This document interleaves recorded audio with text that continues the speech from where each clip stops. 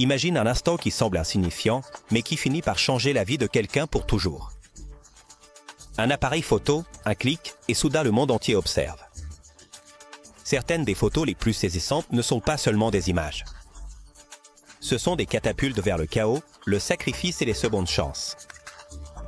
D'un politicien qui perd sa carrière à cause d'un faux pas numérique, un geste de bravoure qui défie les préjugés raciaux, chaque capture a le pouvoir d'immortaliser un moment et, parfois, de ruiner des vies. À travers ces histoires, tu découvriras qu'une seule image peut être le début d'une légende ou le prélude d'une tragédie. Es-tu prêt à voir comment un simple cadrage peut marquer le destin de personnes réelles? La tragédie d'Elizabeth Siddal. Une jeune femme d'une beauté singulière et muse des pré-raphaélites a laissé une empreinte indélébile dans l'histoire de l'art. Cependant, cette renommée a eu un coup personnel dévastateur. Siddal est principalement connue pour avoir été le modèle de la peinture iconique Ophélie, créée par John Everett Millet en 1852. Pour obtenir l'atmosphère éthérée de l'œuvre, Millet lui a demandé de poser immergée dans une baignoire remplie d'eau. Bien que les lampes à huile aient maintenu l'eau chaude au début, elles se sont éteintes pendant la séance. Siddal, engagé dans la vision de l'artiste, est resté immobile, supportant le froid glacial de l'eau. Cela lui a causé une pneumonie sévère, marquant le début de ses problèmes de santé. Malgré les adversités, Elizabeth était également une artiste et poétesse talentueuse, mais son œuvre a été éclipsée par son rôle de muse. Sa relation avec Don Gabriel Rossetti, un autre peintre éminent, était tumultueuse et pleine de hauts et de bas. Bien qu'il se soit marié, Elizabeth souffrait de dépression et a développé une addiction au laudanum, un puissant opioïde utilisé comme analgésique. En 1862, sa vie s'est terminée abruptement après une overdose. Son destin tragique est devenu un symbole des sacrifices extrêmes réalisés au nom de l'art. Après la mort d'Elizabeth, Rossetti a placé un carnet de poèmes dans son cercueil en guise d'hommage. 7 ans plus tard, tourmenté par la perte, il a décidé de l'exhumer pour récupérer les écrits. Selon les témoins, le corps de Siddal restait étonnamment intact, ce qui a alimenté des rumeurs et des légendes autour de sa figure. L'histoire d'Elizabeth Siddal met en lumière non seulement sa contribution à l'art pré-raphaélite, mais aussi les difficultés rencontrées par les femmes dans le domaine artistique durant l'ère victorienne. Sa vie, marquée par le talent, la souffrance et la tragédie, continue d'être une source de fascination et d'étude de nos jours. La chute d'Anthony Weiner. Une étoile montante de la politique américaine a vu sa carrière s'effondrer de manière spectaculaire. Élu comme député de New York en 2007, Weiner était connu pour son éloquence passionnée et son approche directe des questions sociales. Cependant, en 2011, sa carrière a subi un coup dévastateur en raison d'une erreur qui l'a placé au centre d'un scandale médiatique sans précédent. Weiner a tenté d'envoyer une photo intime comme message privé via Twitter, mais il l'a accidentellement publiée sur son compte public. L'image, qui montrait une partie intime de son corps, s'est rapidement propagée, déclenchant un torrent de critiques. Initialement, Weiner a nié être le responsable, affirmant que son compte avait été piraté. Cependant, face aux preuves croissantes, il a finalement admis avoir envoyé la photo. Cela a conduit à sa démission en juin 2011, marquant la fin de sa carrière au Congrès. Néanmoins, le scandale ne s'est pas arrêté là. En 2013, alors qu'il tentait un retour politique en se présentant à la mairie de New York, d'autres messages inappropriés envoyés sous le pseudonyme Carlos Dante ont été révélés. Cela a anéanti tout espoir de rédemption. En 2016, un autre scandale a éclaté. Weiner a été accusé d'avoir envoyé des messages explicites à une mineure de 15 ans. Cet événement a conduit à une enquête fédérale qui a abouti à son arrestation en 2017. Il a été condamné à 21 mois de prison, en plus d'être obligé de s'inscrire comme délinquant sexuel. Le cas d'Anthony Weiner a marqué l'un des premiers exemples de la manière dont les réseaux sociaux peuvent détruire des carrières politiques. Curieusement, sa chute a coïncidé avec l'essor des mèmes sur Internet, devenant un symbole culturel du mauvais usage des plateformes numériques. Weiner est passé d'une figure prometteuse à un rappel des conséquences de l'imprudence dans le domaine public, laissant une marque indélébile sur la politique contemporaine. L'exécution de Nguyen Ngoc Loan. La guerre du Vietnam a été le théâtre d'innombrables images qui ont capturé la brutalité du conflit, mais peu ont été aussi frappantes que celles montrant le général Nguyen Ngoc Loan exécutant un combattant du Viet Cong. Cette photographie, prise par Eddie Adams pendant l'offensive du TET en 1968, est devenue un symbole de la violence excessive de la guerre. Loan, qui était alors chef de la police nationale du Sud-Vietnam, a tiré à bout portant sur un homme accusé d'avoir assassiné toute une famille, y compris des femmes et des enfants. Le contexte derrière cette image, cependant, était beaucoup plus complexe. Loan a justifié son acte comme un message pour décourager de futures attaques et venger le massacre. Malgré cela, la photo, publiée dans des journaux du monde entier, a été interprétée comme un acte de brutalité impitoyable, endommageant irréparablement la réputation du général. L'image est devenue un emblème des atrocités de la guerre, mais aussi une condamnation publique que Loan a portée avec lui jusqu'à sa mort. Adams, le photographe, a exprimé plus tard ses remords d'avoir capturé ce moment, affirmant « Le général a tué le Viet Cong avec son pistolet, mais moi, je l'ai tué avec mon appareil photo. » Loan a émigré aux États-Unis après la guerre et a ouvert une pizzeria en Virginie. Cependant, la notoriété de l'image l'a suivi, affrontant rejet et boycott. Lorsque Loan est mort en 1998, Eddie Adams a écrit une nécrologie le louant comme un héros et un père de famille, soulignant qu'une seule image ne pouvait pas définir toute sa vie ni ses valeurs. La photographie est un rappel du pouvoir qu'ont les images pour façonner les perceptions et condamner des actes, sans prendre en compte les nuances. Malgré ses défauts et les circonstances extrêmes de la guerre, Loan était une figure complexe dont la vie a été marquée par une seule seconde capturée sur pellicule. La vidéo de George Holliday. Le 3 mars 1991, George Holliday a pris sa caméra vidéo à Los Angeles sans imaginer que ce qu'il enregistrerait changerait l'histoire des États-Unis. Depuis la fenêtre de son appartement, il a capturé comment 4 officiers de police frappaient brutalement Rodney King, un homme afro-américain arrêté après une poursuite en voiture. Cette vidéo est devenue une pièce maîtresse pour exposer la brutalité policière et les tensions raciales de l'époque.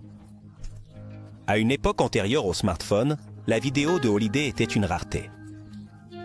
Elle a été diffusée par des chaînes de télévision, générant une vague d'indignation dans tout le pays. Cependant, lorsque les officiers ont été acquittés en avril 1992, la décision a déclenché les émeutes de Los Angeles, qui ont fait 54 morts et des milliers de blessés, en plus d'une dévastation généralisée. La vie de Holliday a changé radicalement après l'incident. Bien qu'il ne cherchait pas la célébrité, son identité a été révélée, ce qui l'a rendu objet de menaces et de harcèlement.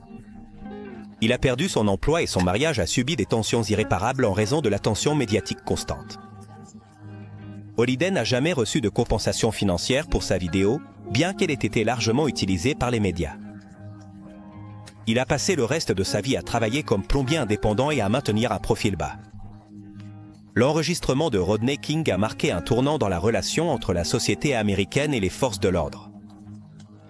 Bien que Holliday n'ait pas cherché à être protagoniste, son acte de documenter un événement injuste a laissé un héritage profond sur l'importance de la responsabilité policière et l'impact des citoyens en exposant les abus.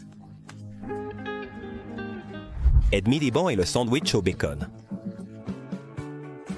La politique est pleine de moments qui peuvent définir des carrières, mais peu sont aussi inhabituels que le cas d'Ed Miliband et son sandwich au bacon. En mai 2014, le leader de l'époque du Parti travailliste britannique a été photographié en train de manger un sandwich au bacon à Covent Garden, Londres. Bien qu'à première vue cela semblait être un acte quotidien, l'image a capturé Miliband dans une posture maladroite, avec une expression peu flatteuse. La photographie est rapidement devenue un mème viral, attirant les moqueries tant de la presse que du public. Les tabloïds britanniques, en particulier The Sun, ont utilisé la photo pour ridiculiser Miliband en le décrivant sur leur couverture comme quelqu'un incapable de réaliser quelque chose d'aussi simple que de manger un sandwich. Le dommage politique a été considérable. Au lieu de se concentrer sur ses politiques et ses propositions pour les élections générales de 2015, l'attention s'est détournée vers son manque de charisme et sa perception publique comme une figure peu fiable. Bien que Miliband ait lutté pour rediriger l'attention vers des sujets sérieux, l'image est restée gravée dans l'esprit des électeurs. Après sa défaite électorale, Miliband a quitté la direction du Parti travailliste, reconnaissant qu'il n'avait pas réussi à établir une connexion émotionnelle avec l'électorat.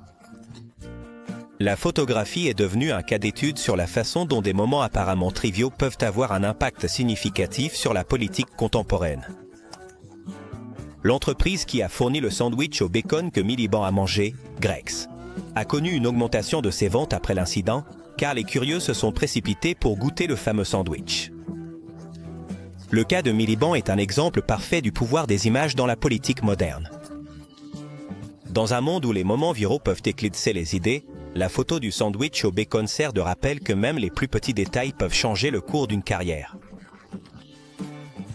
Le geste du pouvoir noir aux Jeux Olympiques de 1968 est non seulement devenu une image emblématique, mais aussi une puissante déclaration de résistance et de solidarité, qui a résonné dans le monde entier.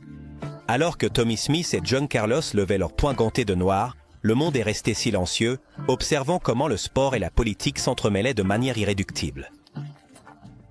Sans aucun doute, ce fut l'une des actions les plus audacieuses de l'histoire olympique et son impact reste profond. Mais que se passait-il derrière le podium? C'est ici que la figure de Peter Norman prend une importance fascinante et en même temps déchirante. D'emblée, il est crucial de souligner que Norman n'était pas là en tant que simple spectateur. Cet Australien n'a pas seulement partagé le podium avec Smith et Carlos, mais il a également soutenu leurs idéaux avec courage. Cependant, ce qui est vraiment surprenant, c'est comment un geste apparemment simple, comme porter à un signe du projet olympique pour les droits humains, a déclenché une chaîne d'événements qui allait changer complètement le cours de sa vie.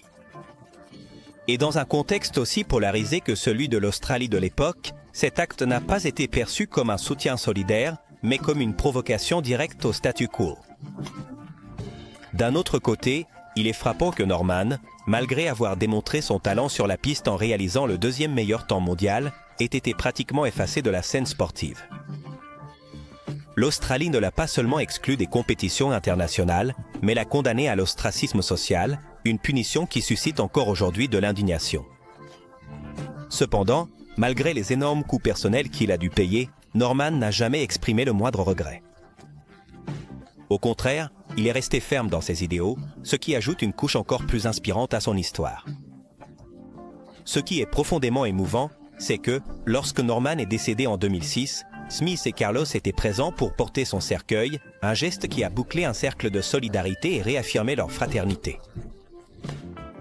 En définitive, l'héritage de ce moment est un rappel que le courage ne se trouve pas toujours dans les actes grandioses, mais dans ces petits gestes qui défient les structures de pouvoir et résonnent à travers les générations. De plus, cela démontre que, bien que les histoires puissent sembler incomplètes, les connexions humaines sont capables de leur donner la fin digne qu'elles méritent. Le malentendu de Dick Middleton, la décennie des années 60 aux États-Unis, a été marqué par des luttes intenses pour les droits civiques.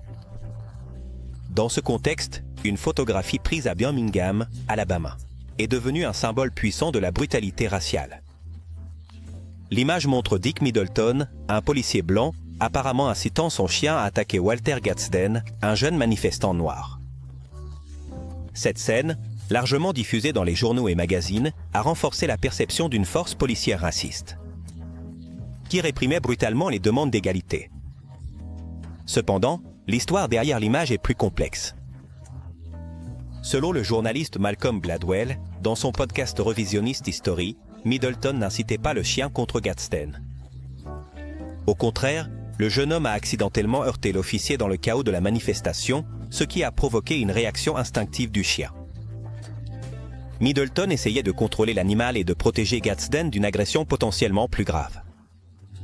Malgré cette clarification, la photo est devenue une icône du mouvement pour les droits civiques. La perception publique n'a pas distingué les nuances et Middleton a été étiqueté comme un symbole de l'oppression raciale. Bien qu'il ait conservé son emploi de policier, sa vie a été marquée par des menaces et l'isolement, tandis que sa famille faisait face à l'hostilité de la communauté. La photo a été immortalisée dans une sculpture à Birmingham qui représente les moments les plus sombres de la lutte pour les droits civiques, perpétuant l'interprétation originale des événements. L'histoire de Dick Middleton illustre comment une image peut être manipulée dans l'imaginaire collectif, décontextualisant les personnes impliquées. Son cas est un rappel que, en période d'agitation sociale, les nuances peuvent être éclipsées par des récits simplistes mais puissants. Al Franken et la photo de la tournée Bezos. À la fin de 2017, le mouvement Mettre Tout a marqué un tournant dans la manière dont la société aborde le harcèlement sexuel. Dans ce contexte, le sénateur américain Al Franken a fait face à des accusations de conduite inappropriée, catalysées par une photographie prise lors d'une tournée de l'USO au milieu des années 2000. Sur l'image, on voit Franken simuler toucher les seins de Loan Tweden, une collègue de la tournée, alors qu'elle dormait avec un gilet pare-balles. L'image, largement diffusée sur les réseaux sociaux et dans les médias, a suscité l'indignation. Bien que Franken se soit initialement excusé, affirmant qu'il s'agissait d'une tentative d'humour qui a mal tourné, la pression publique a augmenté. D'autres femmes ont présenté des accusations de contact physique non désiré, ce qui a conduit de nombreux sénateurs, y compris des collègues démocrates, à demander sa démission. Le scandale a marqué la fin de la carrière politique prometteuse de Franken, qui a quitté le Sénat en décembre 2017. Son cas a généré un débat intense sur les limites de l'humour, le contexte des accusations et la rapidité avec laquelle les figures publiques peuvent être condamnées dans l'opinion publique. Un sondage de 2018 a révélé que la majorité des électeurs du Minnesota, l'État natal de Franken, pensaient qu'il n'aurait pas dû démissionner. La chute d'Al Franken est un exemple de la façon dont un seul acte, combiné à un contexte social changeant, peut altérer le cours d'une carrière. Bien qu'il ait tenté de se défendre en tant que défenseur des droits des femmes, son cas reflète la fine ligne entre la perception publique et la culpabilité individuelle. L'image de Juan Romero et Romero F. Kennedy. Le 5 juin 1968, la nation américaine a été choquée par l'assassinat du sénateur Romero F. Kennedy. F. Kennedy, l'une des figures politiques les plus prometteuses de son temps. Lors de son discours à l'hôtel ambassadeur de Los Angeles, Kennedy a été abattu alors qu'il se déplaçait dans la cuisine de l'endroit. À ce moment critique, un jeune aide-serveur nommé Juan Romero s'est précipité vers lui pour soutenir sa tête et lui offrir du réconfort dans ses derniers instants de vie. Une photographie a capturé cette scène déchirante, montrant Romero avec une expression d'angoisse tout en soutenant le sénateur mourant. L'image, publiée dans le monde entier, est devenue un symbole de la tragédie, mais elle a également eu un impact inattendu sur la vie de Romero. Bien que son acte ait été d'une pure humanité, beaucoup ont commencé à lui envoyer des lettres et des messages, l'accusant injustement d'être impliqué dans l'assassinat ou même d'être complice. Romero, d'origine mexicaine, travaillait dur pour subvenir aux besoins de sa famille et n'a jamais cherché la célébrité ni la mise en avant. Cependant, l'attention médiatique et les accusations constantes lui étaient insupportables. Il a déménagé à plusieurs reprises pour échapper à la notoriété et éviter les questions intrusives. Malgré les difficultés, Romero a toujours parlé avec respect et admiration envers Kennedy, le décrivant comme un leader compatissant. Des décennies après l'assassinat, Romero a révélé qu'il gardait une pièce de 20 centimes que Kennedy lui avait donnée comme pourboire la nuit de l'événement, comme un souvenir d'un homme qu'il considérait comme un véritable héros. La photographie de Juan Romero et Romero F. Kennedy. C'est un témoignage de l'humanité qui émerge même dans les moments les plus sombres. La vie de Romero, marquée par cette tragédie, est un rappel de la façon dont une seule image peut définir et transformer le destin d'une personne ordinaire. Miss Irak et Miss Israël. En 2017, Sarah Eddy, Miss Irak, a fait l'histoire en participant au concours de Miss Univers à Las Vegas. Cependant, sa participation a été éclipsée par une photographie qui a déclenché une controverse internationale. Pendant l'événement, Aidan a posé pour un selfie avec Miss Israël, Hadar Gadstein. Bien que l'intention d'Aidan était de transmettre un message de paix et d'unité, l'image a suscité une réaction violente dans son pays natal et dans une grande partie du monde arabe.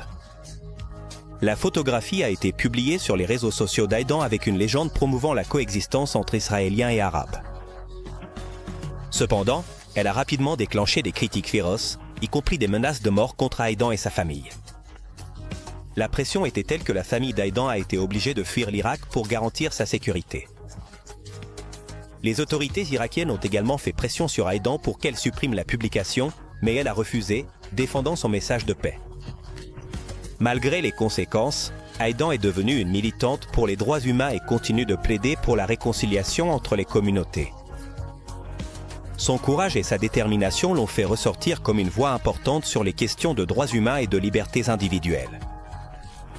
Sarah Aidan a été la première représentante de l'Irak au concours de Miss Univers en 45 ans, ce qui marquait déjà un jalon historique avant l'incident du selfie. L'histoire d'Aidan reflète comment un geste apparemment simple peut devenir un catalyseur pour le changement social, mais aussi une source de conflit dans des régions profondément divisées par des tensions politiques et religieuses. Lester Leroux et la tragédie d'Oklahoma. Le 19 avril 1995, un acte de terrorisme interne a secoué les États-Unis. L'attentat d'Oklahoma City a détruit le bâtiment Alfred P. Murrah et a fait 168 morts, dont 19 enfants. Parmi les décombres et le chaos, une image a capturé l'horreur du moment. Un pompier serrant dans ses bras le corps sans vie d'une petite fille. Cette photographie, prise par Lester Leroux, est devenue un symbole de la tragédie. Mais elle a également profondément marqué la vie de son auteur. Leroux, employé d'une entreprise de gaz, est arrivé sur les lieux avec son appareil photo personnel, après avoir entendu l'explosion. Sans formation professionnelle en photographie, il a simplement voulu documenter la scène. L'image a été publiée dans Newsweek, gagnant une notoriété immédiate. Cependant, sa décision de capturer le moment n'a pas été exempte de controverses.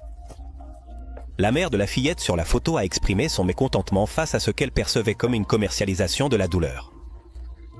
La controverse a escaladé lorsque l'entreprise pour laquelle travaillait Leroux a réclamé les droits de l'image, arguant qu'elle avait été prise pendant les heures de travail. Ce différend a conduit à une bataille juridique que Leroux n'a pas pu financer, le laissant endetté et émotionnellement épuisé. Une autre photographie prise presque au même moment, par Carlos Porter, a remporté le prix Pulitzer, tandis que celle de Leroux a été reléguée, intensifiant son sentiment d'échec personnel. Malgré les adversités, Leroux a défendu sa décision de capturer le moment comme un acte d'humanité et une tentative de témoigner de l'impact de la tragédie. Son histoire est un rappel des dilemmes éthiques et émotionnels auxquels sont confrontés ceux qui documentent des événements traumatiques. Iwo Jima. L'image de 6 marins hissant le drapeau américain à Iwo Jima pendant la Seconde Guerre mondiale est l'une des photographies les plus emblématiques de l'histoire. Parmi eux se trouvait Irae, un Amérindien de la tribu Pima. Malgré son héroïsme sur le champ de bataille, il a énormément souffert après la fin de la guerre. La photographie, prise par Joe Rosenthal en 1945, a transformé les hommes en symboles de bravoure et d'unité. Cependant, ne souhaitait pas cette attention. Il a été emmené en tournée aux États-Unis pour collecter des fonds de guerre, mais l'expérience l'a éloigné de ses camarades et l'a plongé dans une crise émotionnelle. Il sentait qu'il avait abandonné ses compagnons tombés et que la célébrité était un fardeau injuste. Après la guerre, est retourné dans sa réserve en Arizona, où il a fait face à la discrimination raciale et a lutté contre l'alcoolisme. Il est mort tragiquement en 1955, à l'âge de 32 ans, dans des circonstances liées à l'abus d'alcool. Irae a été interprété par Adams Beach dans le film Mémoire de nos pères de Clint Eastwood, qui dépeint les complexités derrière l'image célèbre. L'histoire de souligne comment les héros peuvent être piégés par les attentes du public tout en luttant avec leurs propres cicatrices internes. Sa vie est un témoignage des coups personnels de la guerre et de la gloire non désirée. Kathy Griffin et sa photo avec la tête de Trump. En mai 2017, la comédienne Kathy Griffin a déclenché une tempête médiatique en posant pour une photographie tenant une fausse tête ensanglantée représentant alors le président Donald Trump. L'image, conçue comme une satire politique, a été publiée sur ses réseaux sociaux et a rapidement déclenché une réaction massive. Bien que Griffin soit connue pour son humour mordant et controversé, cette fois-ci, elle a franchi une ligne qui a suscité l'indignation tant du public que des figures politiques des deux partis. La photographie a été condamnée pour son symbolisme viol explicite et Trump a répondu directement sur Twitter, affirmant que sa famille était traumatisée par l'image. À la suite de cela, Griffin a fait face à un boycott généralisé. CNN l'a licenciée en tant que co-présentatrice de son spécial du Réveillon du Nouvel An et beaucoup de ses contrats de comédie ont été annulés. De plus, elle a reçu des menaces de mort et a fait l'objet d'une enquête par le service secret. Griffin s'est initialement excusée publiquement, affirmant qu'elle avait poussé la blague trop loin. Cependant, elle a ensuite retiré ses excuses, alléguant qu'elle avait été victime de persécutions politiques. Sa carrière a subi un coup dévastateur et elle a passé des années à essayer de reconstruire son image publique en effectuant des tournées internationales dans des endroits où elle trouvait encore du soutien. L'histoire de Kathy Griffin souligne les risques de l'humour politique extrême à l'ère numérique. Dans un climat polarisé, même une figure connue pour défier les limites peut faire face à des conséquences qui redéfinissent sa carrière et son héritage.